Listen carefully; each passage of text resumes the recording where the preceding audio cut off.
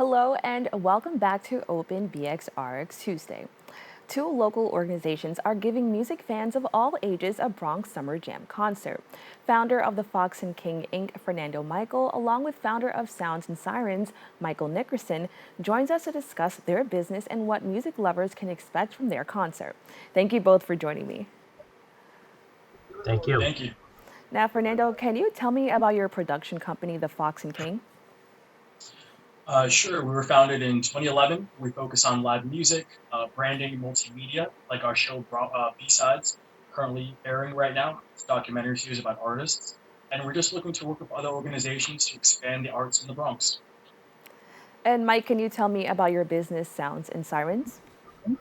Sure. We're a DIY, events company. We work with local bands and artists to promote them and kind of give them a platform where they can come and perform to, an audience, and everybody gets to kind of interact and get exposure to things that they wouldn't normally have exposure to. We like creating avenues for that where there currently aren't any. And we work with a lot of local artists in the Bronx and local organizations like the Fox and King to produce a lot of these events. Now, what inspired you both to create your businesses? Mike, you want to go first? Sure. So, I was really inspired by a lot of the friends that I have. They're very talented people. I know a lot of musicians. I grew up in the local music scene in the Bronx. And, I wanted to be able to continue that and show, newer generations that there is the ability for you to, find something in yourself musically and use that as a form of expression. I'm inspired by the people around me. They kind of help me, you know, find, meaning in what I do and go out there and push myself to do, more for other people. Nice.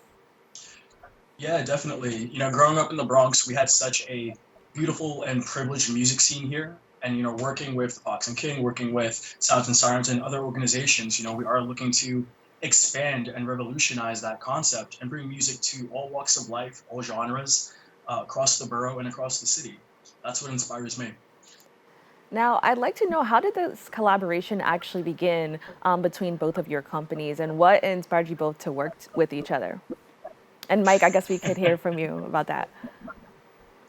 Um, so, Fernando and I have kind of worked closely for the last couple of years, and we've grown to, to realize that we have a lot of the same goals in mind. And in around 2019 Halloween, we decided that we wanted to do like this collaborative weekend long Halloween event. It was a 3-day festival with multiple venues, multiple artists across different, 3 different days. And, we had such an amazing time doing that when we realized that, we wanted to collaborate more and do other events together. So, it really went from us just kind of working together on, shows for the underground when it came back to kind of building these festivals and doing even more that we had planned for the future. Now, Fernando, can you tell me about the Bronx Summer Jam and how that all began? Sure. I think Mike presented the idea some time ago. I believe he used to have Bronx Summer Jam way years back, and he wanted a way to revolutionize it and bring it back to the borough. And, he approached me with the concept, the idea. Of course, I was on board. I love working with Mike, Sounds and Sirens, all the time. And it's a free outdoor festival on the 25th, coming up this weekend. And we're working with all genres, all artists from across the Bronx, some outside of the borough, to try to bring people in, new genres in, new ideas in, but also facilitating a home and an outdoor space for music in the borough. Free, all ages, and it's going to be a great time. It's a full day event. Okay, cool. And Mike, can you tell me a little bit more about, I hear that you kind of had a start in this, so can you tell me just a little bit more about Bronx Summer Jam? So Bronx Summer Jam is actually something that we hosted in a much smaller capacity a few years back.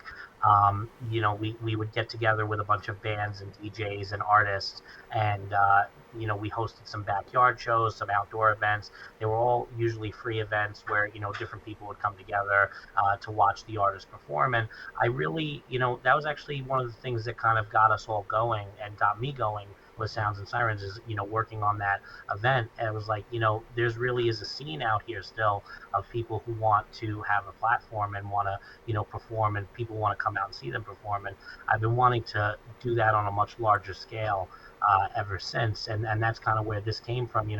I tapped Fernando earlier in the year, and I was like, hey, listen, I want to do this. Do you think this is something we can make happen? And of course, he was on board right away. So, it kind of grew from something small where you saw a lot of people coming together, and it grew into now that's going to be this bigger thing. And we're hoping to make it a yearly event. This is going to be our first major outdoor event in a public park on a stage. Where we're inviting. We have 12 different artists that are performing this weekend. And it's just going to be an amazing time and an amazing collection of different artists. And that's, we just want to see it build even further than that. So, Fernando, can you actually tell me a little bit more about some of these artists and how you chose them? Sure. I mean, at this point, I think the Fox and Kings has been around for about 10 years now. Sounds and Sirens has been around equally long. And we've kind of formed relationships with many different artists across the borough, across genres. So it was really difficult to try to pick who we wanted to work with. But for example, we're working with July Quinn, which is a brilliant, experimentative, coming out hip hop, alternative R&B artist that we're working with in the Bronx. We have Autumn Revival, a good alternative indie band from the Bronx as well. Flow Pilot, a local known DJ. It's all across the board, and we're really trying to showcase that the Bronx is multifaceted. It's multivaried. There's rock, there's hip hop, there's ska, there's punk, there's electronica. We're really trying to just bridge the Bronx, put them all together on one stage. Now, I understand there's a focus on the underground music scene. Mike, can you tell me just a little bit more about that? Sure. I think that it's important that we're highlighting artists in the underground music scene because these artists don't regularly get a platform. There's a severe deficiency of venue space in the Bronx, and a lot of what we do are pop-up events that kind of convert existing locations, whether it's a park or a backyard or a bar or a back room in a restaurant, into these spaces that artists can come and perform and have other people be able to see them. We want to showcase that there are regular, everyday people that live in the Bronx that are talented, that have something to share and offer.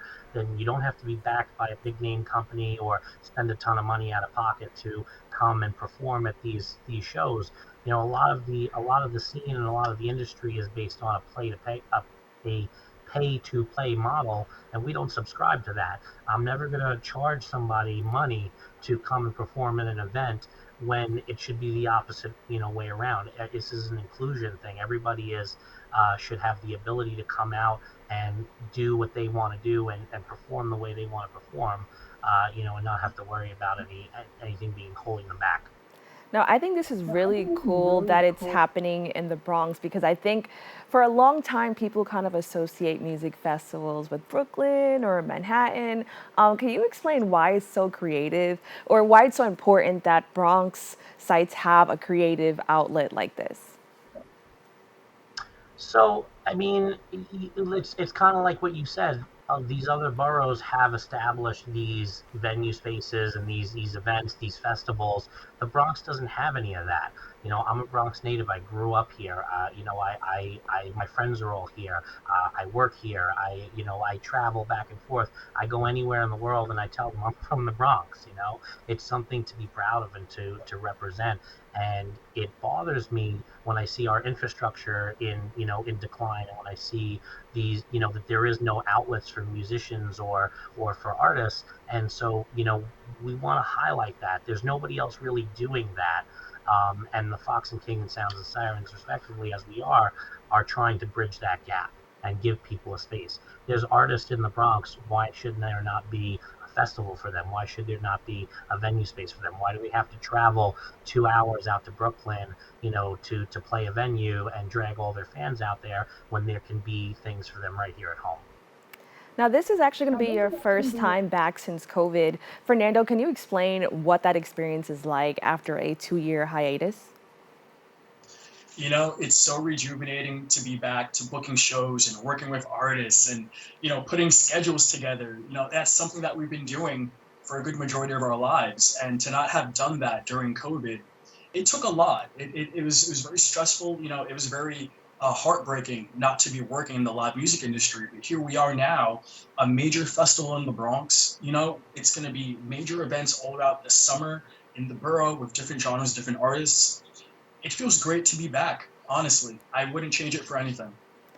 And what are you both looking forward to most? Mike? I mean, I'm I'm looking forward to seeing everybody enjoying themselves and having a good time. That's the key thing for me. I want to make sure that people are able to come together and experience something that they may not have experienced before, and to be able to to share those memories with other people. So yeah. I'd say in that vein, something I've always spoke to Mike and my partners and the artists that I work with about. One of the reasons why I do this is to create memories, just like Mike said. You want people to leave saying, wow, I had an amazing time. I danced, I laughed, I met new people. It's an experience, and that's all we want to create, more experiences. That's amazing. Now, how can people learn more about this event? They can go to our website. It's www.bronxsummerjam.com. All the details are on there. You can sign up for free tickets on Eventbrite. Just look for Bronx Summer Jam on Eventbrite, and you'll find free ticket registration. Tickets aren't required, but if you want to have it as a reminder, it's a good way to do it. And you can check out our Instagram page as well at Bronx Summer Jam. We're going to be posting some posts about the artist, some artist videos and everything like that leading up to the event. So, that all those will be good outlets to check out what we're doing, and, follow us for next year when we get ready for our next event. Now, I have a question about next year. I know there's a focus on underground artists. How can they get involved if they're watching this and they kind of want an outlet to kind of share their work? Uh, I'd say definitely contact us directly. You can hit us up on Facebook. You can hit us up on our Instagram, the Fox and King Sounds and Sirens. You can go to our websites. We're super open to collaboration. We're super open to working with new artists of any level, but definitely underground artists who are looking for a platform, who are looking for a place to perform. Contact us directly and let's work together. All right. Thank you both so much for joining me.